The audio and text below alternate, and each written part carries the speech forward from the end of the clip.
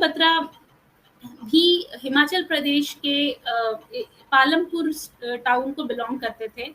और वो मतलब ये अगर हम ये कहें कि विक्रम बत्रा जी कारगिल वॉर के सबसे चेरिश्ड हीरो हैं तो ये गलत नहीं होगा।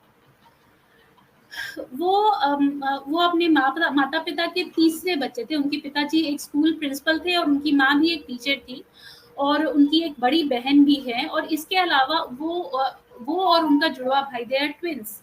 उनका छोटा भाई जो कि उनसे 14 मिनट छोटा है, उसका वो विशाल नाम है उसका। और ये दोनों भाई को इनके घर वालों ने लव और कुश नाम दिया था। घर में इसको लव कुश बुलाते थे इनको, बिकॉज राम जी, आपको पता है कि राम जी के बच्चे जो जुड़वा बच्चे थे लव एंड कुश, उन्हीं के नाम पे, क्योंकि इनकी जो माँ थी वो राम जी की बहुत बड़ी भक्त थी, तो उसी ये को लेकर के इन्होंने इसका नाम लव एंड कुश इनका नाम रखा था। ये कारगिल वॉर के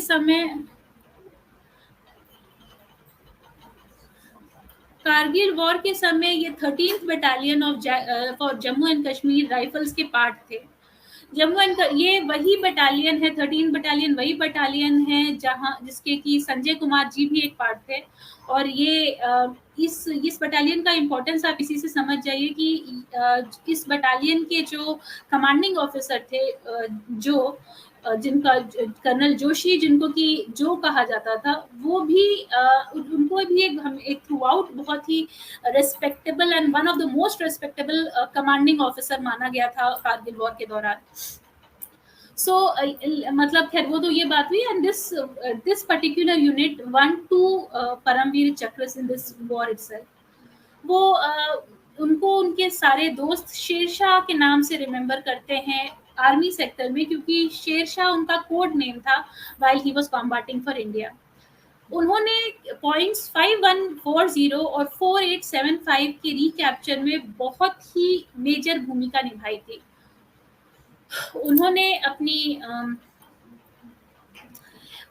अपनी जो इनफैक्ट जो पॉइंट 5140 जो कि पहला पॉइंट इसमें से था, वहां पर उसको लीड करते हुए वो डी बटालियन मतलब डी कंपनी को लीड कर रहे थे।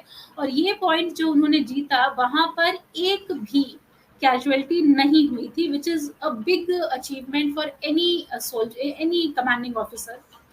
इनके बाद इनका एक टैगलाइन है, ये दिल मांगे मोर। एक्चुअली जब भी कोई जब वॉर्स होते हैं, जब ये लोग जाते हैं, उस समय का एक ट्रेंड होता है कि जब मतलब एक बार आप वॉर को जीत लो तो आप एक विनिंग सिग्नल देते हो, ताकि आपके कमांडिंग ऑफिसर को पता चल जाए कि आप जीत चुके हो। ऐसे में विक्रम बत्रा जी ने से जब पूछा गया कि जब वॉर मतलब वो जब बटालियन को लेके 5140 की तरफ जा रहे थे, उसके पहले उनसे पूछा गया कि कर्नल जोशी ने उनसे पूछा कि तुम्हारा क्या होगा ये विनिंग स्लाइड। तो उनके एक फ्रेंड थे कैप्टन जम्वाल, उनसे जब पूछा गया तो वो जो कि बील कंपनी लीड कर रहे थे, कैप्टन जम्वाल ने कहा था कि वो उनका जो विनिंग स्लोगन है वो ऊलाला होगा। फिर जब ये बात विक्रम बत्रा से उन्होंने पूछी कि तुम्हारा विनिंग स्लोगन क्या होगा, तो उन्होंने कहा कि मैं अपना स्लोगन अभी नहीं बताऊंगा, मैं जीत के बताऊंगा।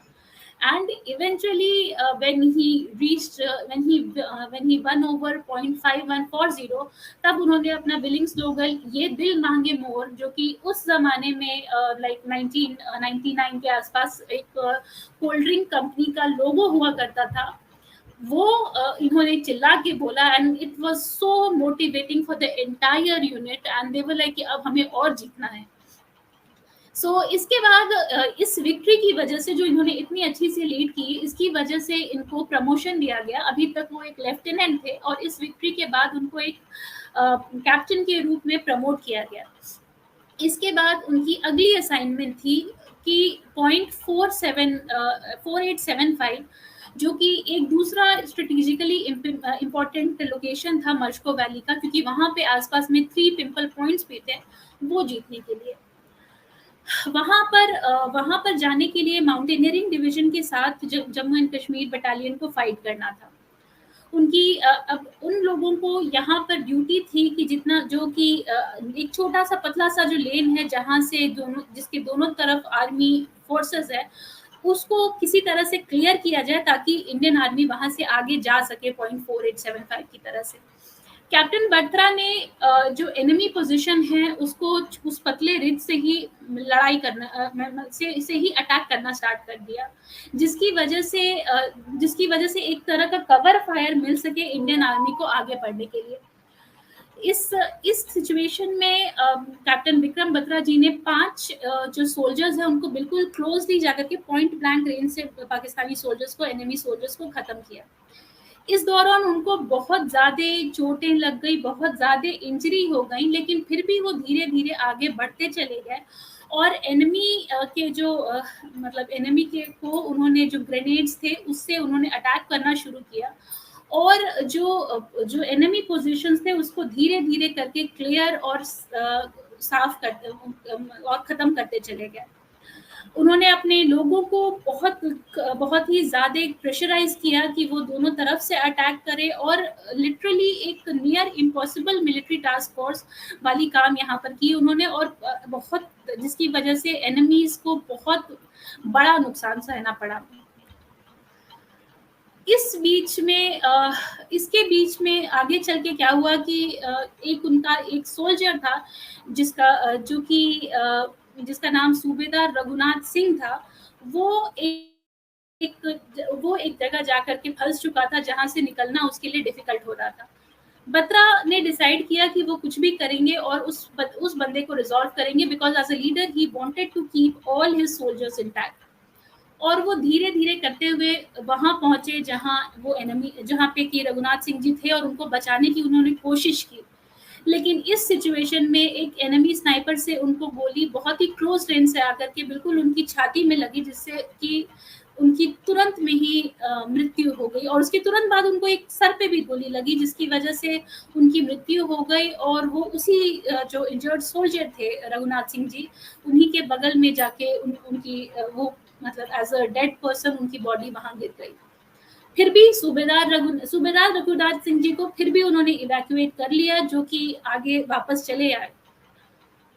इसके अलावा एक बहुत उनके बारे में उनके जितने भी सोल्जर्स या उनके जितने भी साथी हैं वो बताते हैं that as a person captain Vikram Batra ji एक बहुत ही लाइट हार्टेड पर्सन थे और हमेशा उनको टेंस सिचुएशन में भी जोक्स क्रैक करना अच्छा लगता था। इनफैक्ट उनके एक कॉलीग जो कि बहुत ही क्लोज उनके साथ थे उस समय, उन्होंने एक बहुत ही बड़ी घटना के बारे में बताया है जब ये लड़ाई हो रही थी। उस समय एक पाकिस्तानी सोल्जर ने विक्रम बत्रा जी का मजाक उड़ाते हुए कहा कि तुम हमसे मतलब उन्होंने उससे कहा कि तुम तो बहुत लड़ने आए हो ना हमसे Shershah, because he was given the code name of Shershah. तो उसने कहा कि क्या क्यों शेरशाह, हमसे लड़ने आए हो क्या? चलो हमसे तो लड़ नहीं पाओगे लेकिन हम ही चले जाते हैं। तुम एक काम करो, माधुरी दीक्षित को हमारे पास भेज दो, हम चले जाएंगे। इस पर कैप्टन विक्रम बत्रा जी ने इतने प्यार से जवाब दिया, बिल्कुल तुरंत में ही उन्होंने जवाब दिया कि सॉरी, अभी हम तो नहीं भेज सकते, माधुरी जी अभी बहुत बिजी हैं, वो तुम्हारी कबर के लिए मिट्टी जमा कर रही हैं। Saying that he killed that soldier immediately. So I mean like ऐसा था और इस बीच में उनको काफ़ी चोटें भी आई और लेकिन फिर भी उन्होंने अपने आप को इवैक्यूएट करने से ज़्यादा जो हमारे रघुनाथ सिंह जी हैं उनको इवैक्यूएट करने के लिए वो आगे गए और इवेंचुअली अनफॉर्चुनेटली 7 जुलाई 1999 को उनकी मृत्यु हो गई।